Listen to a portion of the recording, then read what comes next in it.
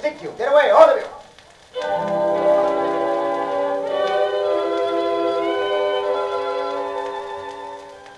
It was I who said those words, may heaven help my soul. It was I who called them out into the London night on Christmas Eve and sent those children scampering into the fog with fear in their hearts, where but a moment before had been the love of fellow man and God. I have learned a great deal since then, and my story bears telling. My name is Ebenezer Scrooge, and the time of which I speak was Christmas, in the year of our Lord 1843. It was cold, bleak, biting weather. In my counting house, where I sat working busily over my ledgers, the fog came pouring in at every chink and keyhole. But I remember noting with silent glee that it had been a good year, and I was a much richer man. The city clocks had just struck 3, but already it was quite dark, and I had lit a candle to see by. My clerk had also lit a candle. The miserable wretch was warming his hands by it, wasting good time and money. I was just about to reprimand him when the door opened with a clatter. Merry Christmas, Uncle. God save you. Close that door. Do you want to freeze us out? I'm sorry, Uncle. Merry Christmas. Merry Christmas. And what reason have you to be merry? Heaven knows you're poor enough. Then what right have you to be sour? You're rich enough.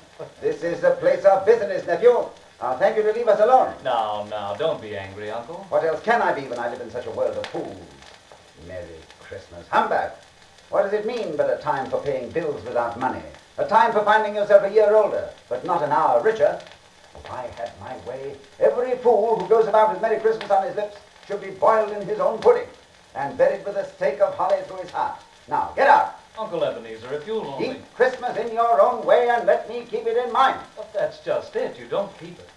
I came to ask you to have dinner with us tomorrow. Thank you, nephew. I'll starve first. But why?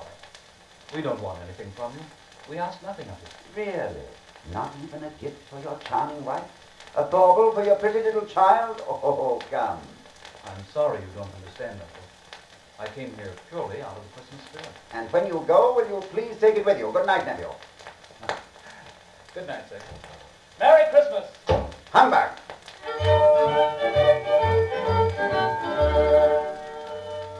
Mr. Scrooge, sir. Well, Cratchit, why aren't you working at your desk? If you please, sir, there's a gentleman to see you about a charity. Charity, it's time for closing. That's what I told him, sir.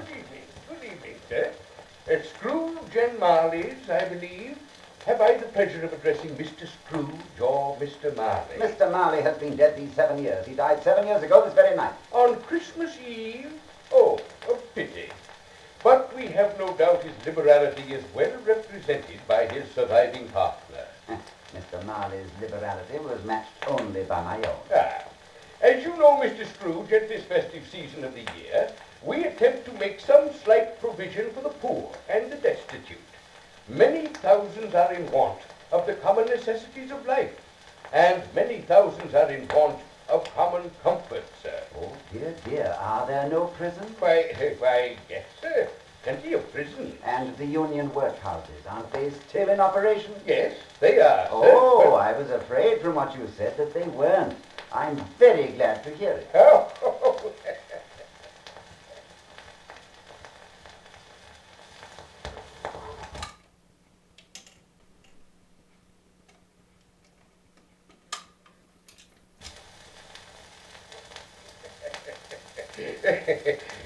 Now, what shall I put you down for, sir? For nothing. You wish to be anonymous? I wish to be left alone. I can't afford to make idle people merry. As a citizen, I help to support the workhouses. Those who are badly off must go there. Many can't go there. Many would rather die. Then they had better do it and decrease the surplus population. Good evening, sir. Good evening, sir. Mr. Scrooge, sir. Well, what is it? I was just wondering, sir, If you might leave for the night, eh? Well, say it. Yes, sir. And you'll want all day tomorrow, I suppose, Mr. Cratchit. If it's quite convenient, sir. It's not convenient and hardly reasonable. If I was to deduct £0.5 for it, you'd think yourself ill-used, wouldn't you, Mr. Cratchit? Well, sir, half a crown. And yet, Mr. Cratchit, you see no reason why I shouldn't pay a day's wages for no work. It's only once a year, sir. Once a year. A poor excuse for picking a man's pocket every 25th of December. Well, I suppose you must have it. Lock all the windows when you leave. And mind you, be here all the earlier next morning.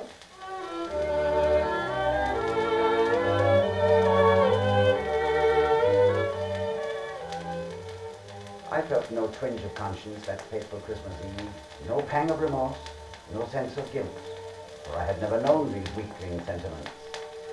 Why then did my dark chambers seem darker than they ever had before? Why did I start in fear as I crossed the gloomy threshold of my house? What was there, waiting for me? I stood in the blackness, suddenly shaken by a chill, as though an icy hand had clasped its fingers round my heart. Then slowly I mounted the stairs. Once in my room, I knew I would be safe. Once locked behind my heavy door, this nameless fear that clutched at me would be gone. Quickly, I made myself ready for bed. And then, in the flickering light of my solitary candle, I saw it. It stood in the shadows, shining with a sickly bluish gleam. Its eyes were staring into mine, two dead eyes, staring out of a dead face. Who are you? What do you want with me? Who are you? Ask me rather who I was. In life, I was your partner, Jacob Marley. Marley. I know you now. But you're dead. You're dead.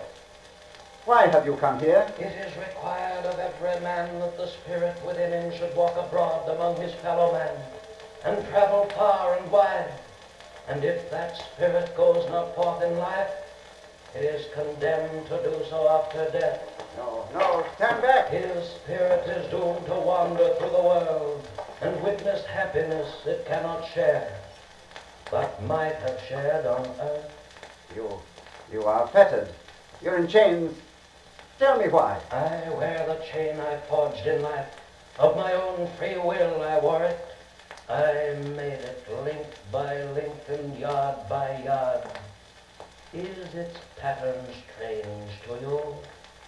Money boxes, keys and padlocks, heavy purses wrought in steel. I think you know this pattern well. You were always a good man of business, Marley. Business.